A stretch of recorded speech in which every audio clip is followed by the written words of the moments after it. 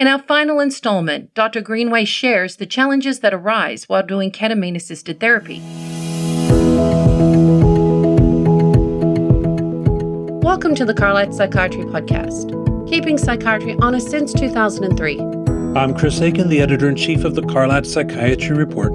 And I'm Kelly Newsom, psychiatric NP and a dedicated reader of every issue. We delve more into the how-to of ketamine-assisted therapy with Dr. Kyle Greenway. I'm getting the sense the active treatment induction session is very non-directive. I'm imagining the therapist might ask some questions like, what are you experiencing? What happens after that in the following sessions? Well, we're still always kind of coming back to our goals. And this is from our own experience. If you read the psilocybin literature and even treatment-resistant depression, there's sort of this idea that if you have a mystical experience, you will be more or less cured, or at least you'll be well for a number of months. And I think that actually has kind of an intuitive logic when you think about somebody with a terminal cancer, for example. The major issue for them psychologically is probably their mortality or the fear that the cancer will return. And so a mystical experience, I can see why that would be heavily therapeutic and maybe, permanently therapeutic. But with treatment-resistant depression, at least with the people that we treat, a mystical experience, it's really not obvious to me how that will help someone stay free of depression or recover from a severe episode of TRD. Our work psychotherapeutically is essentially summed up by teaching patients to feel their emotions, to diffuse their thoughts, and to change their behavior. So diffuse thoughts, can you tell us more what that means? This is a little bit of jargon from acceptance and commitment therapy based on the idea that if we're not aware, a lot of us are constantly fusing with our thoughts. So we are either consciously or unconsciously kind of walking around with the idea that we are our thoughts. Our thoughts are reality. The trouble with this is we get swept up in our thoughts. We find ourselves out of the present moment. Or if we have this idea that, for example, a depressogenic idea, like we are bad or we've done a bad thing, the more we think about it, the more it feels true. If you think about depressive ruminations, that's kind of the classic example of people who are really stuck in their thoughts or even just one recurrent thought. And so the idea from acceptance commitment therapy that I love and that I think is very intuitive as a pairing with ketamine is that we're not our thoughts. We can have all sorts of wacky thoughts. We can have all sorts of beautiful thoughts. There's really nothing that constrains our ability to think. And we shouldn't, therefore, take our thoughts too seriously or mistake them for reality. So thought diffusion is a lot about, in acceptance commitment therapy, you might ask somebody to sing their recurrent depressive thought in a way that makes it clear that this is not reality. What are some techniques you use to help people feel their feelings, as you said? So this is where I think I love the English word feeling. It's better than the French word because it has the word feel right in it. Feelings are phenomena that we are physically aware of, whether we notice or not. And so we often ask people to just inspect their body with their eyes closed and find traces of shame or anger or whatever feelings are really calling their attention, or even if it's pain. And then we actually coach people in trying to just avoid telling complicated stories about what those sensations mean, and instead just return to the actual phenomena. And this is sometimes called, somatic processing or interoception. There's many words. I think trauma-focused therapy uses techniques like this a lot. That work is very much preparation for then the ketamine treatments, where their body they might feel like it's become 1,000,000 miles long, or it's disappeared, or it's shrunk. Their feelings might feel like they've been magnified, that their whole body is anger. All sorts of wacky things happen. It's a great opportunity to practice, just being curious about it, avoiding telling really complicated stories about what's happening and just observe the phenomena.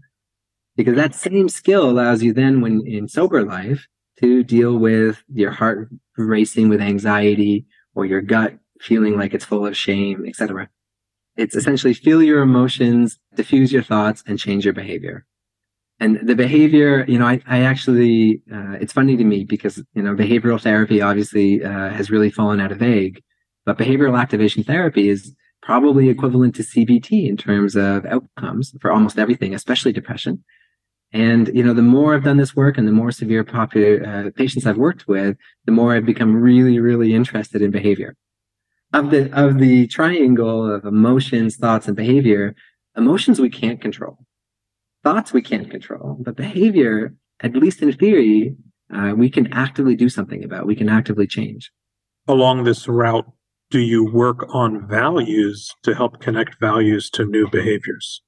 So that's a wonderful question, because that's an intrinsic part of acceptance and commitment therapy. I have to say, I think values are very, very important, but when we're dealing with people that are really severely stuck in a depressive episode, I think their values are less accessible to them than a more mild population. And so often we return to stuff that I just know from the research is going to be beneficial. Brushing your teeth at the same time every day is going to help you organize your life a bit. Yeah, because I agree with you. You can make a lot of difference just with the basics that are generically good for everybody. Totally. Sleep hygiene practices are like 90% of Americans don't do it well. Almost nobody gets, even a moderate amount of exercise, let alone the recommended quantities. And I wonder if there is a value there, which is the value of taking care of yourself. 100%. And I really think like these kind of activities build people's self-esteem. And they also de-psychiatrize them a bit if they've really been stuck in the idea that their problems are totally due to a chemical imbalance and out of their control. When you start with a routine in your life and you start to leave the house every day and then eventually maybe walking a little bit every day, etc., you build momentum. And that momentum, I think, can really, really continue for a long time in people. I wonder if that's the partnership that you're looking for before you give ketamine. In other words, to some, you might be saying, buddy, you don't care about yourself enough right now to receive ketamine. You're not doing anything good for yourself. This is absolutely the implicit message. Like ketamine won't fix you. And that eventually ketamine can help and care providers like myself can help, but eventually you're going to have to fix you. And that is a hard message to deliver. And it takes a lot of kindness. It takes a lot of trust. And, it's often better left to be sort of a message that is implicit in the process than in an explicit confrontation. And so by talking about goals, by saying like, okay, what can we do? Can we find 3 small changes in your life that we can work on together? By talking about that stuff, you're implicitly engaging people and trying to make change in their life without shaming them for spending their days in bed, watching movies all night long in their bedroom, etc. To back up, it sounds like you're doing acceptance and commitment therapy that's medication enhanced. Yeah. That's a good way to put it. I would say, as we talked about, I think it's a little less in the commitment, a little less value centered, and a little bit more behavioral. Okay. So I'm thinking, well, I'll just give lithium or aripiprazole and that'll enhance, and then I'll do it. What is unique about ketamine that enhances this acceptance and commitment therapy? Yeah, I think ketamine is, in my mind, it would be hard to design a drug that was better for this sort of work. So, ketamine obviously produces robust antidepressant effects. We have very good evidence about this. Ketamine is also very helpful for addressing the cognitive impairments of depression. And ketamine is also very helpful in addressing suicidality. And it can do all these 3 things very quickly, which is remarkable. And it has good evidence in real life treatment-resistant depression patients that, honestly would probably be screened out of most studies, even on Abilify. To our readers who aren't familiar with acceptance and commitment, just to remind them, what is the connection there? Yeah, absolutely. So that's it. So I think those are the symptoms that I think pairs ketamine well with any therapy. But to your question about why acceptance and commitment therapy specifically, the ketamine state, because it's so strange for most people, there's bodily distortions, your thoughts moving in different patterns.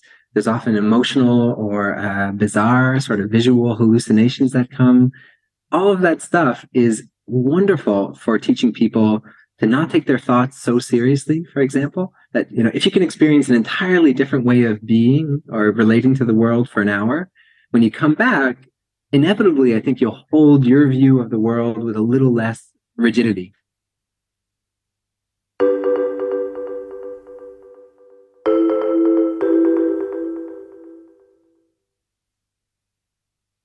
And now for the CMA quiz for this episode. Earn CME through the link in the show notes.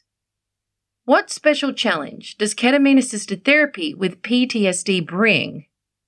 A. Ketamine may interfere with experiential learning. B. Ketamine needs to be dosed 24 hours before exposure sessions. C. Ketamine may cause traumatic memories to surface. D. Ketamine is more likely to cause dissociative symptoms in patients with PTSD.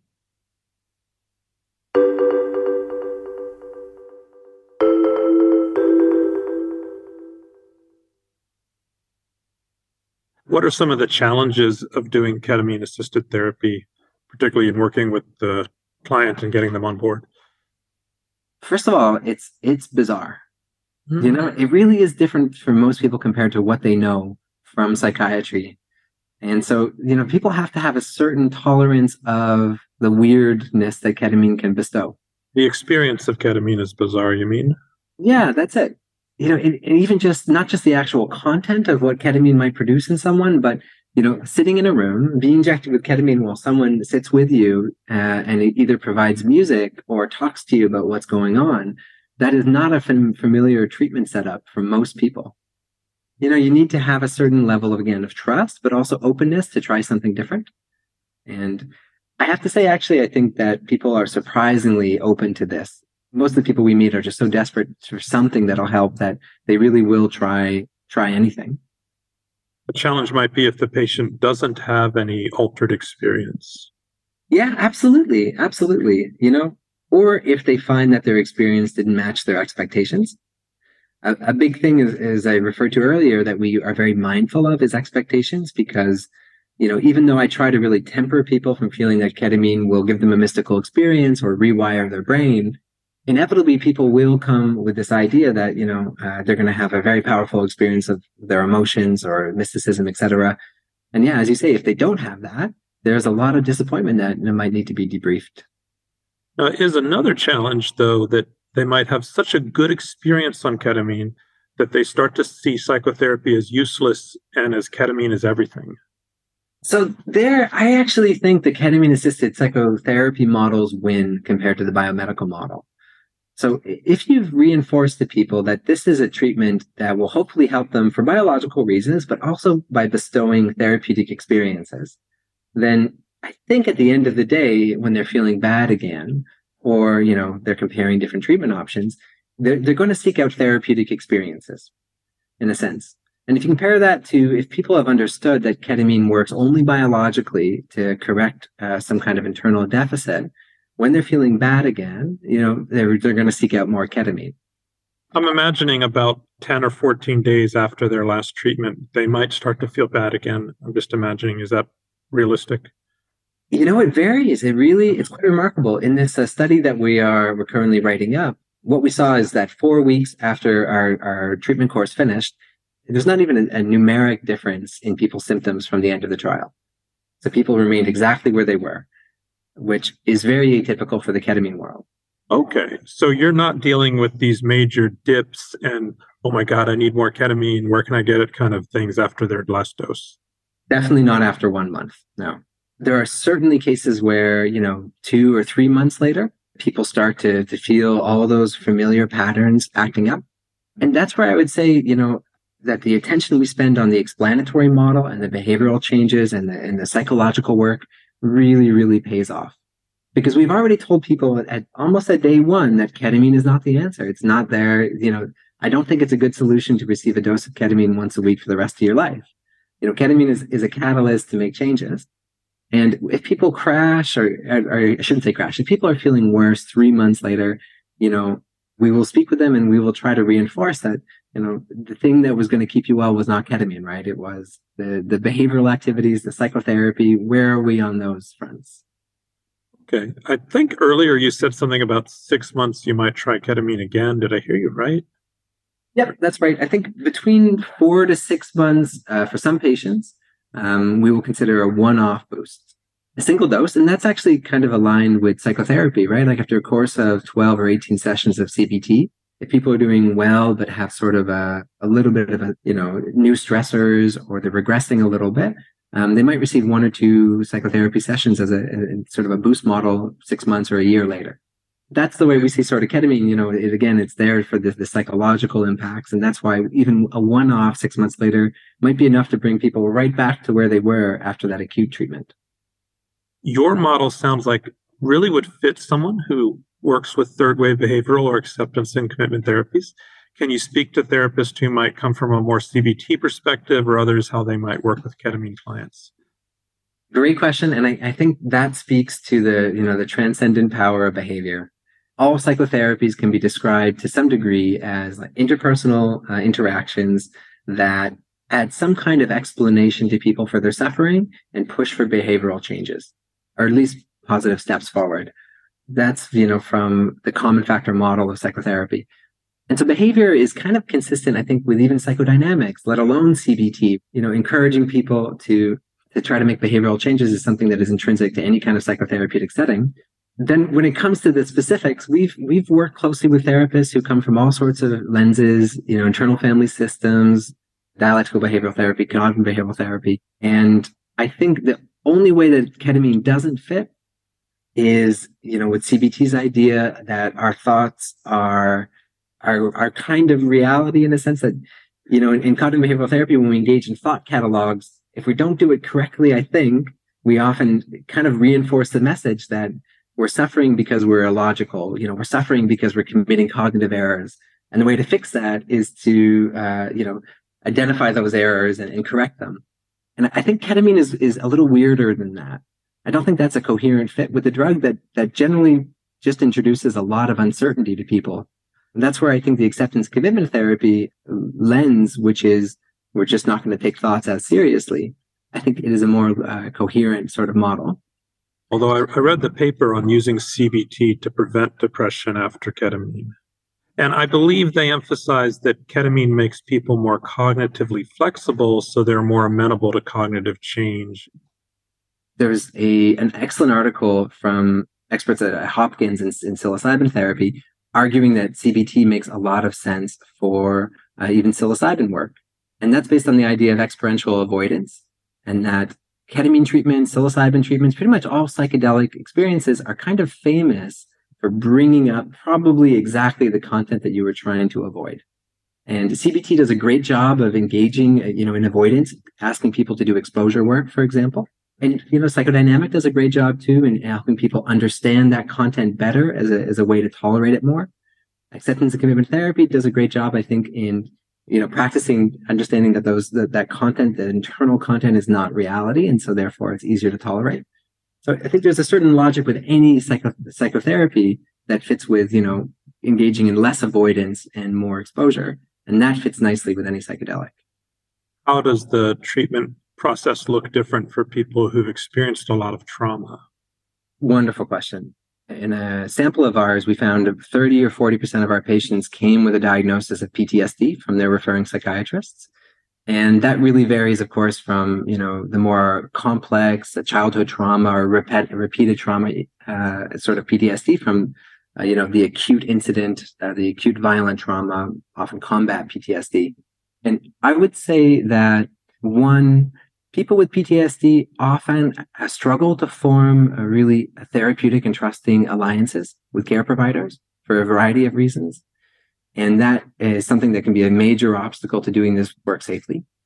2, I would say that people with PTSD, like almost a hallmark, is patterns of avoidance, either with substances or with, different behaviors, like avoiding a certain area, avoiding certain people, etc.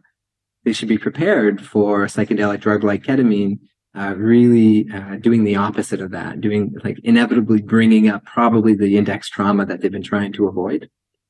So we might actually, in the preparatory session, prepare them for the idea that traumatic experiences could flood their mind during the ketamine infusion. Is that right? Absolutely. Absolutely. And it's something that, the many different things we discuss in preparation, that is definitely one of them.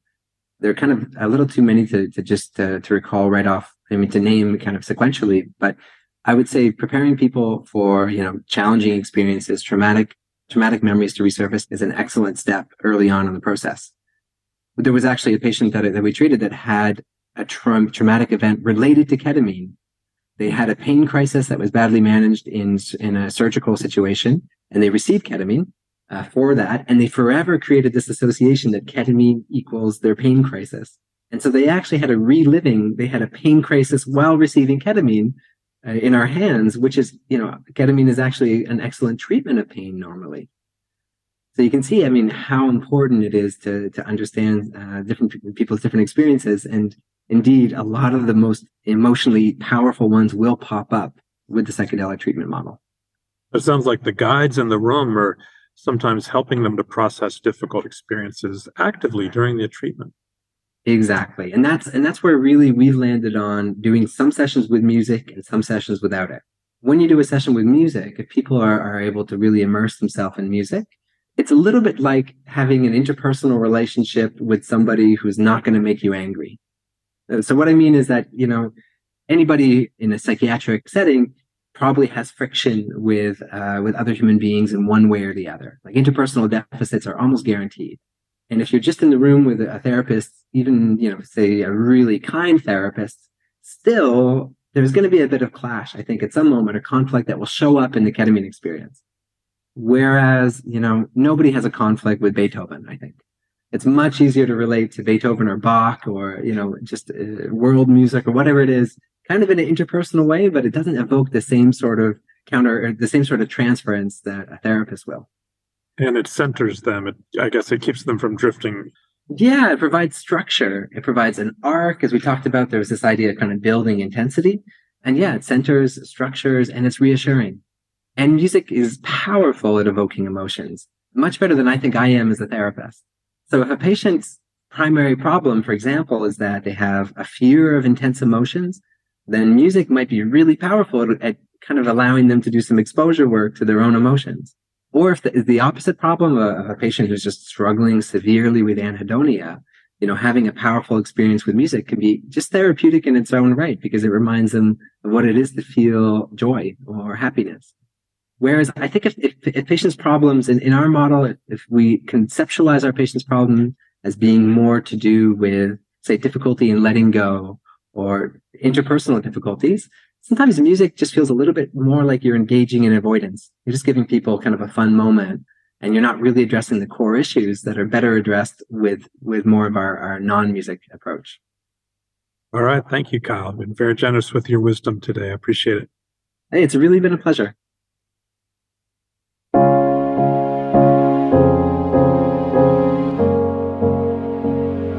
Kyle Greenway is an assistant professor of psychiatry at McGill University and the director of the Ketamine-assisted therapy program at Jewish General Hospital in Montreal, Canada. You can find his full interview in our online edition for June of 2024. The July edition of Carlat Psychiatry News is out, featuring a new batch of randomized controlled trials on lumateperone, cariprazine, antidepressants, clonidine, lavender, and varenicline. Tune in on the Carlat YouTube channel or find us under webinars at thecarlatreport.com.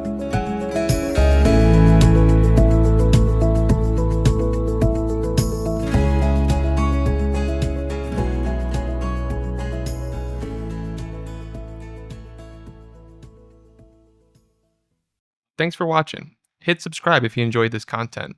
And to earn CMEs for listening, head on over to thecarlatreport.com/podcast.